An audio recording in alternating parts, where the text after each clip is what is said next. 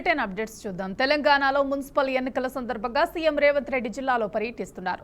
ఇవాళ వికారాబాద్ జిల్లా పరిగిలో సీఎం పర్యటించారు. ఈ సందర్భంగా స్వయం సహాయక సంఘాలు మహిళలకు ఇందిరా మహిళా శక్తి చెక్కులు పంపిణీ చేశారు. మున్సిపల్ ఎన్నికల్లో తెలంగాణ ప్రజలంతా ఆలోచించి ఓటేయాలన్నారు రేవంత్ రెడ్డి. గత ప్రభుత్వం బీఆర్ఎస్ తో పాటు బీజేపీ ఎప్పుడు ప్రజల సమస్యలు పరిష్కరించలేదని చూడలేవన్నారు. ఒక పక్కన రైతులకు ఆనాడు చంద్రశేఖరరావు అన్నాడు వరేసుకుంటే ఉరేసుకున్నట్టే అని. కానీ మన ప్రభుత్వం వచ్చినాక నేను చెప్పిన వరి వేయండి, సన్న ఒట్లు పండించండి, గిట్టుబాటు ధరనే కాదు 500 రూపాయల బోనస్ ఇస్తామంటే ఈరోజు దేశంలోనే ప్రతి సంవత్సరం 1,55,00,000 మెట్రిక్ టన్నులు ప్రతి సీజన్లో ఇవాళ ఒట్లు పండించి దేశంలోనే అత్యధికంగా వరి పండిస్తున్న రాష్ట్రంగా తెలంగాణ ఒక ప్రతిష్టను సాధించింది. 500 రూపాయల బోనస్ ఇచ్చి ఇవాళ ఒడ్లు కొంటున్నాం. తాండూరు కందులకి ఈరోజు మంచి మార్కెట్ తీసుకురావడానికి ప్రయత్నం చేస్తున్నాం. అందుకే మిత్రులారా, ఒకవైపున రైతులను, రెండో వైపున మహిళల్ని, మూడో వైపున విద్యార్థులను, నిరుద్యోగ యువకులను ఒక్కొక్క సమస్యను పరిష్కరించుకుంటూ ఒక్కొక్క సమస్యను అధిగమించుకుంటూ తెలంగాణ రాష్ట్రాన్ని నెంబర్ 1గా ఈ రాష్ట్రానికి పెట్టుబడులను ఆకర్షించి మొన్నటికి మొన్న మీరు చూసిండ్రు మహేశ్వరం దగ్గర గ్లోబల్ సమ్మిట్ ఏర్పాటు చేస్తే 100 దేశాల నుంచి పెట్టుబడులు పెట్టే వాళ్ళు ఇక్కడికి వచ్చారు. ఇవాళ ఒక గొప్ప ఫ్యూచర్ సిటీని 30,000 ఎకరాలలో ప్రపంచంని తలదన్నే విధంగా ఒక గొప్ప నగరాన్ని ఈరోజు మనం నిర్మించుకోబోతున్నాం. ఇవాళ మన ఏరియాలో పారిశ్రామిక వాడలను తెస్తే మన నిరుద్యోగ యువకులకు ఉద్యోగ ఉపాధి అవకాశాలు వస్తాయి. అందుకే మిత్రులారా, ఈరోజు సంక్షేమాన్ని అభివృద్ధిని కొనసాగించాలి అంటే మీరు నిండు మనసుతో ఆశీర్వదించాలి. ఈరోజు చిన్నదో పెద్దదో తప్పిదం జరిగితే అది మళ్ళా సరిదిద్దుకోలేంది. పాముకు పాలు పోసినట్టే బీఆర్ఎస్కి ఓటు వేస్తే. ఎందుకంటే కడుపు నిండా విషమే. ఎప్పుడైనా హరీశ్వరరావును చూడండి, నాగుపామును చూడండి ఎట్లుంటుందో, ఆయన నాలుకతో సహా ఎట్లుంటాడో ఒక్కసారి ఊహించుకోండి. కడుపు నిండా విషమే. ఎవడు మంచుకున్నా ఓరోడు, ఎవరు తెల్లబట్టలు వేసుకున్నా సహించరు. అందరూ దివాలా తీసి ఉండాలి, మొత్తం పిచ్చమెత్తుకొని బతకాలని కడుపు నిండా విషం పెట్టుకొని తిరుగుతున్నా. కాబట్టి ఈ పాములకు మీరు ఓటేస్తారంటే పాముకు పాలు పోసినట్టే. ఈ పాములను మళ్ళా బతకనిస్తారంటే మళ్ళా మన సమస్యలు పరిష్కారం కావు, మళ్ళీ గోసపడాల్సి వస్తుంది వీళ్ళకి ఏమాత్రం అవకాశం వచ్చినా. అందుకే మిత్రులారా, మన పార్లమెంట్లో రంజిత్ రెడ్డి గెలిచి ఉంటే ఢిల్లీలో మనకి ఇంకా బలం పెరిగుండేది. ఇవాళ డాక్టర్ రంజిత్ రెడ్డి ఈ ప్రాంత అభివృద్ధిలో ప్రభుత్వం వైపు నుంచి కూడా మీకు అండగా నిలబడతాడు. మీరందరూ కలిసికట్టుగా ఈ ప్రాంతాన్ని అభివృద్ధి చేసుకోండి. మున్సిపాలిటీలలో ప్రతి మున్సిపాలిటీలో ప్రత్యేకమైన అభివృద్ధి కార్యక్రమాలను తీసుకొని రంజిత్ రెడ్డి గారిని ప్రత్యేకమైన బాధ్యత ఇచ్చి మున్సిపల్ మంత్రిగా వారిని పెట్టి ఈ చేవెళ్ల పార్లమెంటు నియోజకవర్గంలో ఉన్న ప్రతి మున్సిపాలిటీకి ప్రత్యేకమైన నిధులు ఇస్తా, మాజీ పార్లమెంట్ సభ్యునికి బాధ్యత ఇస్తా, ఎన్ని నిధులు కావాలన్నా ఇచ్చే బాధ్యత నాది. పని చేయించుకునే పని మీది. గెలిపించుకోండి, మీరు నిధులు సాధించుకోండి. మీరు గాడిదకు గడ్డేసి గోవుకు పాలు విండుతామంటే కుదరదయ్యా. నేనైతే ఇక ఉన్నది ఉన్నట్టు చెప్పదలుచుకున్నా. మీరు గాడిదలకు గడ్డేస్తే అవి తిని బాగా బలుస్తాయి, వెనక పోతే తంతాయి, ముందరికి వస్తే పొడుస్తాయి. మీరు గోవు దగ్గరకు పోయి పాలు విండనికి పోతే రావు. అందుకే ఇవాళ గోవు లాంటి కాంగ్రెస్ పార్టీని గెలిపించుకోండి. ఇదే మన పేదోళ్ళ పార్టీ, మన పేదలకు మర్యాద. ఓ పూట పని అయినా కాకపోయినా పోతే పలకరిస్తారు, మర్యాద ఇస్తారు, కూసబెడతారు, ఏంది సమస్య అని అడుగుతారు. గతానికి ఇవాళకున్న తేడా మీరు ఆలోచన చెయ్యండి. గతంలో ఎప్పుడు ఏ పోలీసోడు వస్తాడో తెలియదు, ఎవ్వరు ఫోన్లో మాట్లాడుకోవాలన్న గతంలో భయం ఉండే. ఈడున్న యువకులని చెప్పుండ్రి, ఫోన్లలో మాట్లాడుకునే స్వేచ్ఛనాన్ని ఉండే నా గతంలో. ఇవాళ ఉన్న పరిస్థితి ఏందో మీరు చూడండి. అందుకే చిన్న చిన్న విషయాలు ఏమన్నా ఉన్నా పక్కన పెట్టండి. నేనుంటా. వికారాబాద్ జిల్లా నుంచి ఈరోజు నేను, ప్రసాద్ గారు రాష్ట్రానికే నాయకత్వం వహిస్తున్నాం. మన జిల్లాలో 100% ఫలితాలు అనుకూలంగా ఉండాలి. అట్లనే గెలిస్తే మనం నిధులు కూడా అట్లా తెచ్చుకోవడానికి అవకాశం ఉంటుంది. కాబట్టి మిత్రులారా, ముఖ్యంగా మా అక్కల మీద నాకు సంపూర్ణమైన విశ్వాసం ఉంది. ఆడబిడ్డ ఆశీర్వదించినాక ఇంకా అడ్డమే లేదు. ఈ ఎన్నికల్లో గెలుస్తాం. ఎందుకంటే మగపిల్లలను అక్కడిక్కడ కదులుతున్నారు. మా అక్కలు మాత్రం మంచిగా ఈటీవీ, మా టీవీ సీరియల్ పోతే పోయినా మళ్ళీ రేపు చూసుకోవచ్చని మంచిగా కూర్చొని ఆశీర్వదించనికే ఇక్కడికి వచ్చారు. అవునా అక్క? ప్రతి ఒక్కరికి చెప్పురి, చుట్టాలకి చెప్పురి, మనోళ్ళకి చెప్పురి, మంచోళ్ళకి కూడా చెప్పుండ్రి. ఈ ఎన్నికలు మనకు కీలకం. మన గల్లీ అభివృద్ధి చేసుకోవడానికి ఉపయోగపడే ఎన్నికలు. ఇది మన కాలనీ అభివృద్ధి కోసం చేసుకుంటున్న ఎన్నికలు కాబట్టి మీ అందరూ సంపూర్ణంగా సహకరించండి. మనందరం కలిసికట్టుగా మన ప్రాంతాన్ని అభివృద్ధి చేసుకుందామని మీ అందరికీ విజ్ఞప్తి చేస్తూ మీ అందరి దగ్గర సెలవు తీసుకుంటున్నా. అన్నిటికన్నీ గెలిపిస్తారు కదా? గెలిపిస్తారా? గెలిపిస్తామంటే గట్టిగా చప్పట్లు కొట్టండి, గట్టిగా కొట్టండి. వేదిక మీద ఉన్నోళ్ళు కూడా కొట్టాలి. వీళ్ళకేం మినహాయింపు లేదు. అందరు చేయి పైకెత్తండి, చేయి పైకెత్తి పిడికిలు బిగించండి. అక్క అందరూ జై కాంగ్రెస్, జై జై కాంగ్రెస్, హస్తం గుర్తుకే, హస్తం గుర్తుకే. ధన్యవాదాలు మిత్రులారా. గ్రామ మహిళా స్వయం సహాయ సంఘాలకు గౌరవ ముఖ్యమంత్రి గారి చేతుల మీదుగా 567,69,00,000 చెక్ ఇప్పుడు అందజేయడం జరుగుతోంది. 6,650 గ్రామ మహిళా స్వయం సహాయ సంఘాలు జానకి, శ్వేతారెడ్డి, భాగ్యలక్ష్మి, మమత, బేబీ, సంతోష మరి స్వయం సహాయ సంఘాలు ఒక్కసారి చూడండి. తల్లులు, చెల్లెలు 6,650 గ్రామ సంఘాలంటే ఎన్ని లక్షల మంది ఇందులో సభ్యులుగా ఉంటారో మీరు ఊహించుకోవచ్చు.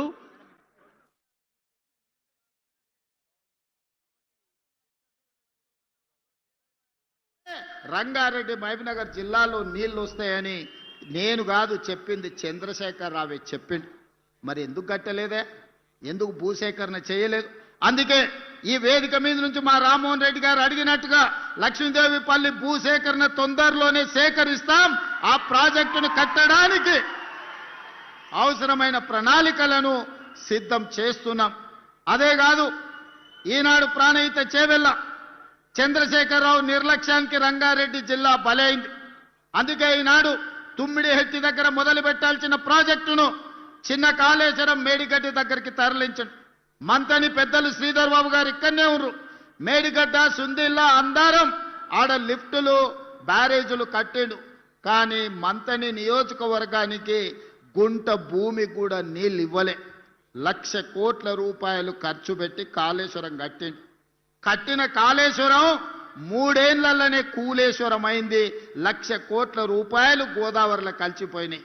కేసీఆర్కు ఆ కాళేశ్వరం దెబ్బకు ఎర్రవల్లిలో 1000 ఎకరాల ఫామ్ హౌస్ వచ్చింది. ఆయన కొడుకుకు జన్వాడలో ఫామ్ హౌస్ వచ్చింది. ఆయన బిడ్డకు శంకర్పల్లిలో ఫామ్ హౌస్ వచ్చింది. ఆయన అల్లుడు హరీష్ రావుకు మొయినాబాద్లో ఫామ్ హౌస్ వచ్చింది. సడ్డకుని కొడుకు సంతోషరావుకు ఇవాళ 1,000 కోట్ల రూపాయల వ్యాపారాలు వచ్చినాయి. మాకు మాత్రం గోదావరి జలాలు రాలేదు. గోదావరి జలాలను అడ్డం పెట్టుకొని గోదావరి జలాల ముసుగులో 1,00,000 కోట్లు ఖర్చు పెట్టి కాళేశ్వరం కట్టి 1,000 కోట్లు కొల్లగొట్టి మీరు ఫామ్ హౌస్లు కట్టుకున్నారు, మీరు వ్యాపారాలు పెట్టుకున్నారు, మీరు టీవీలు పెట్టుకున్నారు, మీరు పేపర్లు పెట్టుకున్నారు మీ గురించి గొప్పలు రాసుకోవడానికి. కానీ మాకు మాత్రం చుక్క నీరు రాలే. అందుకే ఈనాడు వికారాబాద్ జిల్లా నుంచి నాయకత్వం వహిస్తున్న నేను తెలంగాణ రాష్ట్ర ముఖ్యమంత్రిగా తెలంగాణ శాసన సభకు సభాధ్యక్షుడుగున్న గడ్డం ప్రసాద్ కుమార్ గారు శాసనసభ నడుపుతున్నారు. మేమిద్దరం ఈరోజు మీకు మాట ఇస్తున్నాం. మా శ్రీధర్ బాబు గారి సాక్షిగా గోదావరి జలాలను తీసుకొచ్చి తాండూరు, పరిగి, వికారాబాదు, చేవెళ్ల ప్రాంతాన్ని సస్యశ్యామలం చేసే బాధ్యత మాది. ఈ రోజు మీరు ఆశీర్వదించిండ్రు, మాకు అవకాశం వచ్చింది. ఆనాడు దళితుని ముఖ్యమంత్రిని చేస్తా అని దళితులను చంద్రశేఖరరావు దగా చేస్తే ఇవాళ ఏలూరు జిల్లా రెడ్డి గణపవరం గ్రామంలో శ్రీ కనకదుర్గ అన్నపూర్ణ సమేత విశ్వేశ్వర స్వామి దేవస్థానానికి ట్రస్ట్ బోర్డు ఏర్పాటు చేయాలని పోలవరం ఎమ్మెల్యే బాలరాజ్ ప్రతిపాదించారు. ఈ మేరకు ఎమ్మెల్యే ఆంధ్రప్రదేశ్ రాష్ట్ర దేవాదాయ శాఖ కమిషనర్కు అధికారికంగా లేఖ పంపించారు. ఆలయ అభివృద్ధి, నిర్వహణ మరింత సక్రమంగా జరిగేలా స్థానిక ప్రజా ప్రతినిధులు, వివిధ వర్గాల ప్రముఖులతో ట్రస్ట్ బోర్డు ఏర్పాటు చేయాలని లేఖలో పేర్కొన్నారు. అమ్మవారి ఉత్సవాలకి ఎన్డీఏ కూటమి పార్టీ తరఫున కమిటీని ఏర్పాటు చేయడం జరిగింది. ఈ కమిటీకి సంబంధించి గణపురం పంచాయతీ పరిధిలో ఉన్నటువంటి గ్రామాలకు సంబంధించి ముఖ్య నాయకుల్ని కమిటీలో అన్ని కులాలకు, మతాలకి అతీతంగా ఈ కమిటీలని ఏర్పాటు చేయడం జరిగింది. ఇందులో ముఖ్యంగా కొమరం బాలరాజుని చైర్మన్గా ప్రకటిస్తూ, ధర్మకర్తగా ఎన్టీ రాంబాబు, అలాగే పశుపతి భీమేశ్వరరావు గారు వైస్ చైర్మన్గా, గురజాల వెంకటేశ్వరరావు సెక్రటరీగా నియమించడం జరిగింది. ఇంకా మిగతా కమిటీ సభ్యులు మొత్తం 39 మందిని ఈ కమిటీగా ఏర్పాటు చేసి రానున్న అమ్మవారి తిరునాళ్ళకి ఘనంగా అంగరంగ వైభవంగా ఈ కమిటీ ఆధ్వర్యంలో ఈ జాతర మహోత్సవాన్ని ఘనంగా నిర్వహించాలని ఎన్డీఏ కూటమి నిర్ణయించింది. కనుక ప్రజలందరూ కూడా ఈ తిరునాళ్ళ సందర్భంగా ప్రతి ఒక్కరు కూడా అమ్మవారి ఆశీస్సులు తీసుకోవాలని మనస్ఫూర్తిగా కోరుకుంటూ గణపవరం. రాష్ట్రంలో రోజు రోజుకు నిరుద్యోగ రేటు పెరుగుతోందని తెలంగాణ జాగృతి అధ్యక్షురాలు కల్వకుంట్ల కవిత ఆవేదన చెందారు. నిరుద్యోగులు ఉద్యోగాల నోటిఫికేషన్ల కోసం ఎదురు చూస్తున్నారని చెప్పుకొచ్చారు. చాలా మంది గ్రామీణ స్థాయి యువత హైదరాబాద్ లో ఉంటూ కోచింగ్ తీసుకున్నారని అన్నారు. అయితే తెలంగాణ రాష్ట్రం ఏర్పడిన తర్వాత చిన్న చిన్న ఉద్యోగాలు తప్పితే వారి పరిస్థితి మారలేదన్నారు. బ్యాక్డోర్ లో బ్యాక్లాగ్ పోస్టుల రిక్రూట్మెంట్ చేస్తున్నారని కవిత ఆరోపణలు చేశారు. ఈ నెల 9, 10 తేదీల్లో పెద్ద ఎత్తున మున్సిపల్, రెవెన్యూ, ఇరిగేషన్, విద్యుత్ తదితర శాఖల్లో ఉద్యోగాల భర్తీకి సర్కార్ ప్రయత్నాలు చేస్తుందని తెలిపారు. ఒక్కో ఉద్యోగానికి లక్షల్లో వసూలు చేస్తున్నారని నిరుద్యోగుల ఆవేదన వ్యక్తం చేస్తున్నారని తెలిపారు.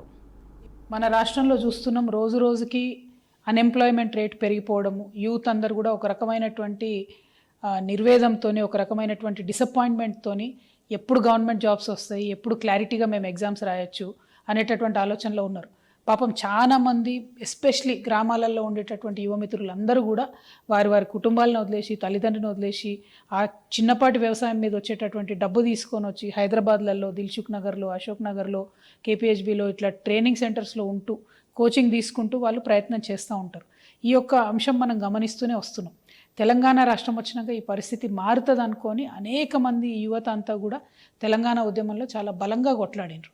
తెలంగాణ రాష్ట్రం వచ్చినాక ఏమైంది, చిన్న చిన్నపాటి ఎగ్జామ్స్ మనం వేసినాం తప్పితే మెయిన్ ఎగ్జామ్స్ కానీ లేకపోతే ఒక పద్ధతి ప్రకారం, ఒక క్రమ పద్ధతిలో ఇగో ఈ మంత్లో ఈ ఎగ్జామ్ ఉంటుంది, ఈ మంత్లో ఈ ఎగ్జామ్ ఉంటుంది, ఈ తర్వాత దీనికి ప్రిపేర్ కావచ్చు, లేకపోతే ఒకటే విద్యార్థి 3-4 పరీక్షలు రాసేటటువంటి కేపబిలిటీ ఉన్న వాళ్ళకు కూడా వాళ్ళకి అట్లా అవకాశం ఇవ్వలే. మనం ఒక్కొక్క రోజు 2 ఎగ్జాములు పెట్టడం, ప్రతిదాన్ని మేము మార్చే ప్రయత్నం చేయడం, ఇట్లా చాలా జరిగినాయి. అయితే ఈ కన్ఫ్యూజన్ అంతా కూడా యువమిత్రులు ఆ కోపాన్ని అంతా, ఆవేదన అంతా, ఆక్రోశాన్ని అంతా కూడా ఈ బీఆర్ఎస్ పోతే మన కాంగ్రెస్ వస్తే న్యాయం జరుగుతుందని చెప్పి బీఆర్ఎస్ను ఓడగొట్టిండ్రు. యువమిత్రులు ఊరూరు తిరిగి వాళ్ళ తల్లిదండ్రుల కాళ్ళు మొక్కి మరీ కాంగ్రెస్ కోటెప్పించారు. అన్ని జిల్లాలలో కూడా ఇప్పుడు కొన్ని పోస్టులు పడతా ఉన్నాయి. అంటే ఇదివరకు ఏవైతే నింపకుండా వదిలిపెట్టారో ఆ పోస్టులు, ఈ పోస్టులు అని. సో ఆ పోస్టులన్నింటినీ కూడా పొలిటికల్ పైరవులతోని, కొంతమంది అవినీతి అధికారుల అండతోని నింపుతున్నారు డబ్బులు తీసుకొని అనేటటువంటి ఒక ఆందోళన చాలామంది నిరుద్యోగ మిత్రులు వ్యక్తం చేస్తున్నారు. సో నేను ఈ ప్రభుత్వానికి ఒకటే హెచ్చరిక చేస్తూ ఉన్నా, ఏవైతే ఇట్లా బీఆర్ఎస్ టైంలో అన్యాయం జరిగిందో, ఏదైతే పోస్టులు అమ్ముకున్నారు అనేటటువంటి ఆరోపణలు, అక్కడక్కడ రుజువైనటువంటి ఆరోపణలు ఉన్నాయో, ఏదైతే చిన్న జిల్లా స్థాయి పోస్టులు కూడా అమ్ముకున్నారో అదే పరిస్థితి మల్లయ్యల కాంగ్రెస్లో వచ్చేటట్టు కనబడతా ఉన్నది. దయచేసి కళ్ళు తెరవండి, అధికారులకు స్ట్రిక్ట్ వార్నింగ్ ఇవ్వండి. నేను జిల్లా కలెక్టర్లందరినీ కూడా రిక్వెస్ట్ చేస్తూ ఉన్నా, ఈ డిపార్ట్మెంట్లో జిల్లా స్థాయి పోస్టులన్నీ కూడా మీ కలెక్టర్ల పరిధిలోనే ఉంటాయి. ప్రాపర్ ట్రాన్స్పరెంట్ రిక్రూట్మెంట్ చేయండి. చాలామంది యంగ్స్టర్స్ ఆశలు పెట్టుకొని ఉన్నారు, ఈ జాబ్స్ మాకు వస్తాయి, మేము సెటిల్ అవుతాం లైఫ్లో అనే ఆశతో ఉన్నారు. ఇంకొక మాట కూడా నేను చెప్తా ఉన్నా, ఇవాళ అధికార పార్టీలో ఉన్నటువంటి వాళ్ళకైనా, ఈ అక్రమాలకు అండగా నిలబడే అధికారులకైనా ఎప్పుడో ఒకసారి భగవంతుడి దయ వల్ల మాకు కూడా అవకాశం వస్తుంది. అప్పుడు మాత్రం ఇట్లా డబ్బులు ఇచ్చి మీరు చేసినటువంటి ఉద్యోగాలకు కఠినాతి కఠినంగా శిక్ష వేస్తాం. నేను మిగతా యువమిత్రులకు కూడా చెప్తున్నా, డబ్బులు ఇచ్చి అడ్డదారిలో ఉద్యోగాలు తెచ్చుకునే ప్రయత్నం చేస్తే అది ఎక్కువ కాలం నిలబడదు. పైగా మెరిట్ ఉండి మంచిగా ఉన్నటువంటి వాళ్ళకు అన్యాయం జరుగుతుంది. కాబట్టి మీరు కూడా కొంత ఎఫర్ట్ పెట్టి చదివే ప్రయత్నం చేయండి.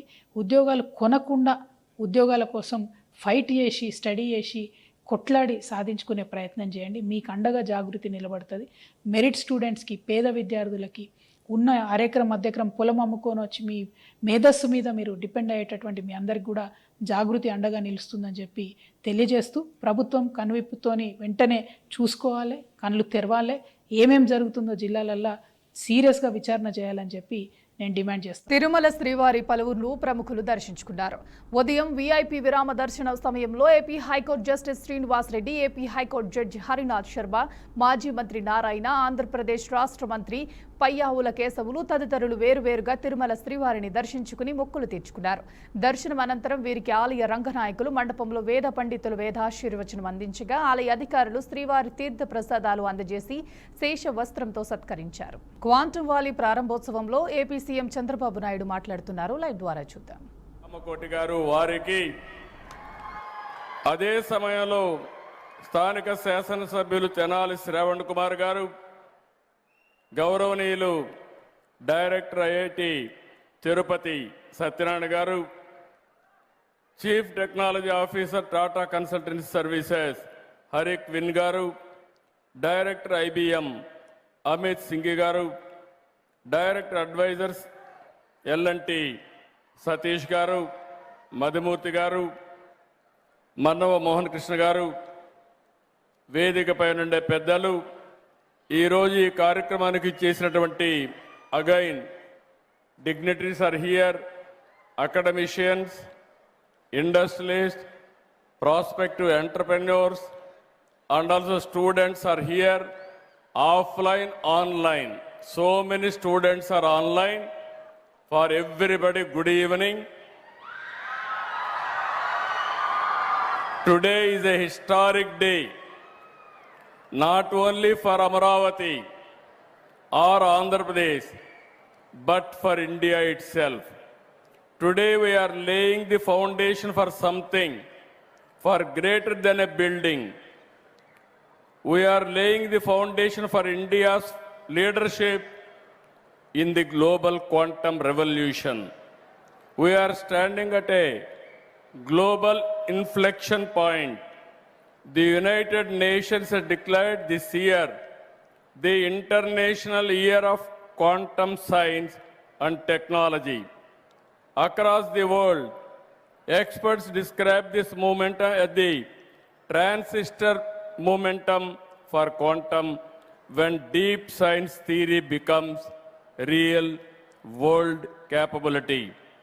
The last 2 centuries were largely a story of missed opportunities for India. We missed the agriculture revolution. We missed the industrial revolution.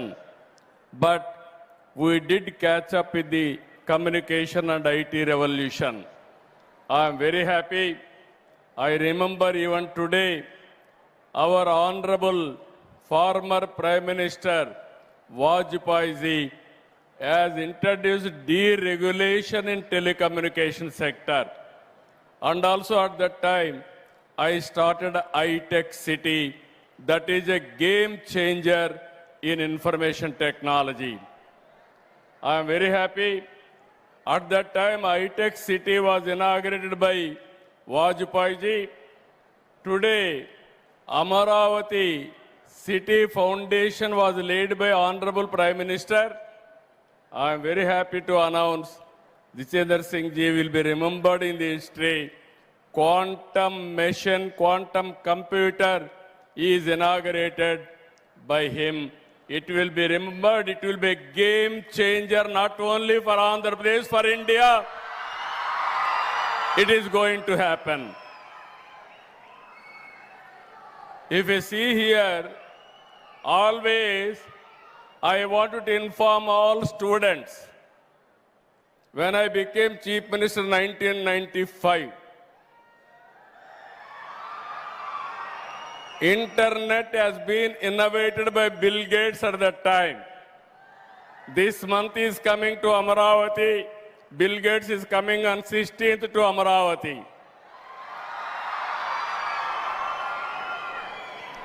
If you see here, BSNL or deregulation of telecommunication has started in 1999 by Vajpayee ji. Our Honorable Prime Minister recently has innovated 4G, Swadeshi 4G stack, developed by BSNL, TCS, Tejas and IIT Madras. I appreciate them. First time proper product has come from India. This is my dream not today. For the last 3 decades, first time, one of the best product we are able to produce. Now it is a matter of 4G, 5G, 6G, 7G, anything we can innovate. Tomorrow, you are all here. We should not depend world for products.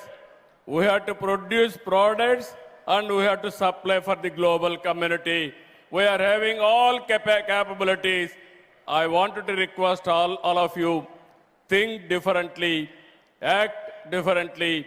Always you have to think innovative way.